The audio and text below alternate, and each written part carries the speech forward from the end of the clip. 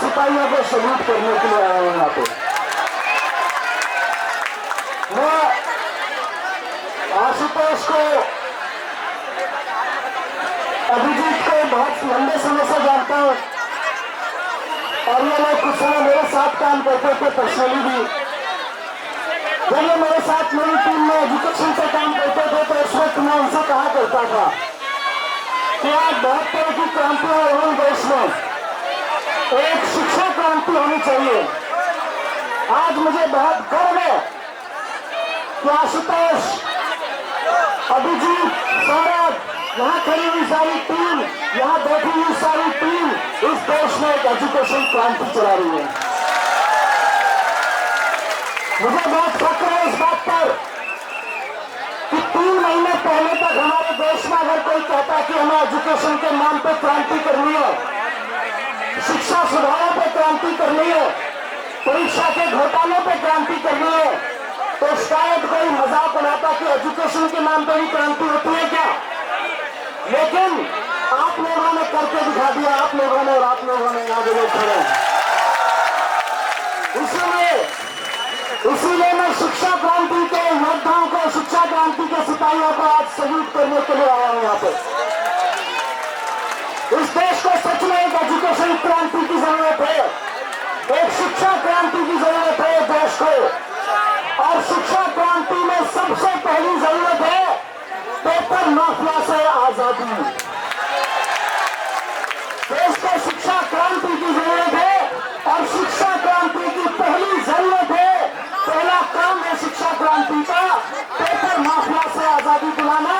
Paper mafia से आजादी दिलाने के लिए आप लोग यहाँ पे बैठे हुए एक बड़ी संख्या में, यहाँ जो अनशन चल रहा है, ये धरना चल रहा है जंतर मंतर पर, ये नाम भले ही कांग्रेस पार्टी या हमारी आम आदमी पार्टी, कांग्रेस, जो भी लोग आ रहे हैं यहाँ पे, दूसरी पार्टियों के लोग, भले ही किसी पार्टी से हो, लेकिन असल में ये शिक्षा क्रांति के तहत देश को पेपर माफिया से आजादी दिलाने का ये आंदोलन कर रहे हैं आप लोग।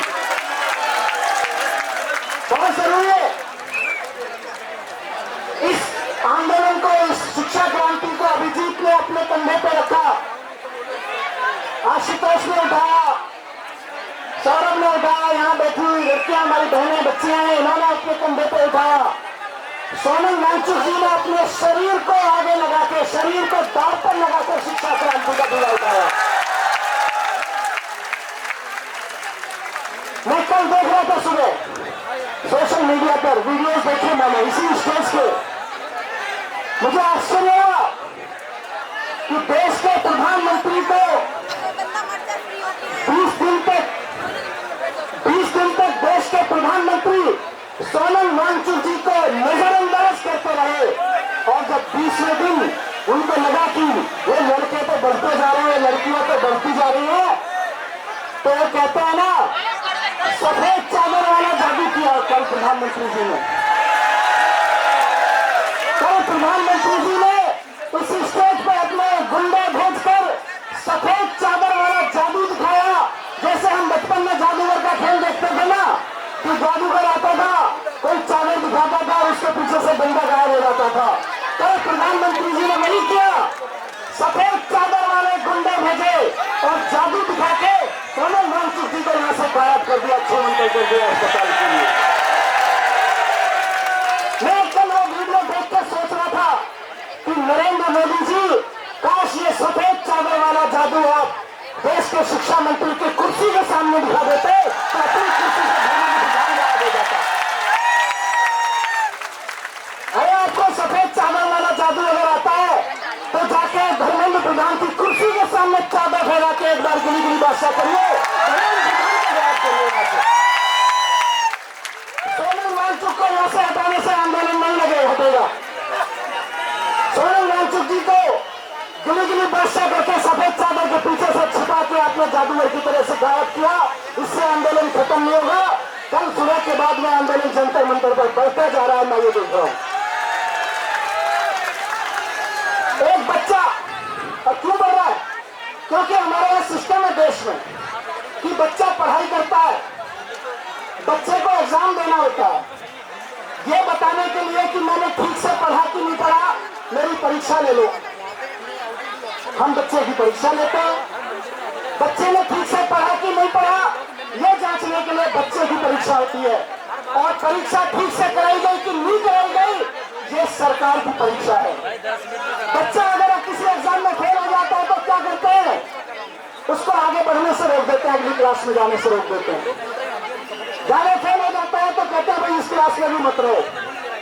ये सरकार पेपर कराने में फेल हो गई है। शिक्षा मंत्री धर्मेंद्र प्रधान परीक्षा कराने में फेल हो गए हैं। देश की जनता चाहती है कि वो कुर्सी छोड़ दे। एक बच्चा अगर एक एग्जाम में फेल हो जाता है तो आप कहते हैं क्लास छोड़ दो। हम कहते हैं धर्मेंद्र प्रधान आप पूरे देश की परीक्षा कराने में फेल हो गए, आप कुर्सी छोड़ दो। ये परीक्षा में फेल होने पर बच्चे ही क्यों अपनी पढ़ाई छोड़े? धर्मेंद्र प्रधान को भी फेल होने पर धर्मेंद्र प्रधान को अपनी कुर्सी छोड़नी चाहिए। अगर मोदी जी के शिक्षा व्यवस्था में अगर बच्चा फेल हो जाए तो उसकी पढ़ाई बीच में छोड़ने का प्रावधान है, और धर्मेंद्र प्रधान अगर फेल हो जा रहे हैं उनकी कुर्सी छोड़ने का प्रावधान नहीं है, तो ये बच्चों के साथ नाइंसाफी है। दोस्तों, ये लड़ाई बहुत लंबी चलेगी। एजुकेशन रिफॉर्म कोई छोटी चीज नहीं है। अभी तो आप शिक्षा की लड़ाई लड़ रहे हो, पेपर की लड़ाई लड़ रहे हो। कई तरह के रिफॉर्म की जरूरत है एजुकेशन में। मैंने अपनी पूरी जिंदगी, अपनी पूरी राजनीति एजुकेशन को डेडिकेट कर रखी है।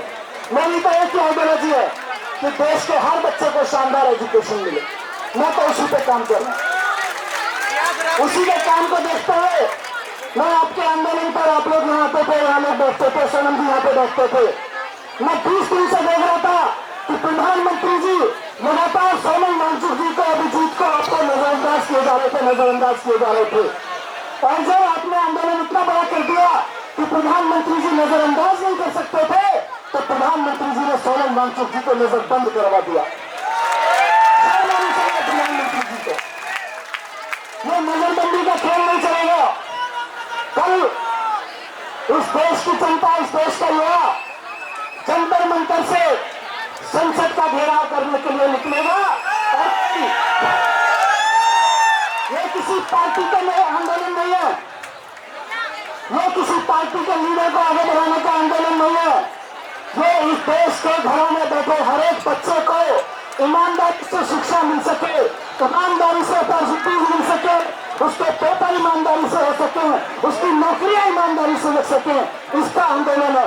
इसलिए आज बीजेपी के इस मंच से मैं आह्वान करना चाहता हूं देश की सारी राजनीतिक पार्टियों को, और जब मैं कह रहा हूं सारी, तो मैं बीजेपी को भी आह्वान करना चाहता हूं कि अगर अपने बच्चों से प्रेम करते हो तो आओ जंतर मंतर, चलो पार्लियामेंट। ये खाली बीजेपी की लड़ाई नहीं है, ये आम आदमी पार्टी की लड़ाई नहीं है, ये कांग्रेस वालों की, ये लेफ्ट वालों की, ये समाजवादी पार्टी वालों की लड़ाई नहीं है। ये लड़ाई तो भारतीय जनता पार्टी वालों के बच्चों की भी है। अभी भी कभी बोल रहे थे कि कुछ नेताओं के बच्चे तो विदेश में चले जाते हैं। अरे भाई, कुछ के जाते हैं बीजेपी के कार्यकर्ता के नेताओं के बच्चे जो नीचे के कार्यकर्ता है, तो उनके तो दिल्ली के मुराद के स्कूल में पढ़ते हैं। मैं जानता हूँ कि उनके तो वही देश में पढ़ते हैं। तो बीजेपी के कार्यकर्ताओं को भी मैं आह्वान करता हूँ कि राजनीति भूल जाइए। कल सुबह जब उठे, अपनी बगल में, अपने घर में लेते हुए इस बच्चे की शक्ल देखिए और कसम खा के निकलिए कि आज मैं बीजेपी के लिए नहीं, किसी पार्टी के लिए नहीं, अपने बच्चे के लिए जंतर मंतर जा रहा हूं। और घेरिए संसद को, मांगिए इस देश के शिक्षा मंत्री को इस्तीफा, इस देश के शिक्षा मंत्री को इस्तीफा देना होगा। नारा लगा के बताइए, धर्मेंद्र प्रधान को इस्तीफा देना होगा, शिक्षा मंत्री को इस्तीफा देना होगा, इस्तीफा देना होगा। बहुत बहुत धन्यवाद। मैं 20 जुलाई को यानी कल आपके साथ खड़े होकर मार्च करने में चलूंगा। लेकिन मैं फिर से आह्वान कर रहा हूं कि इसको राजनीतिक नहीं, इसको परिवार का आंदोलन बनाइए, अपने बच्चों का आंदोलन बनाइए। भारत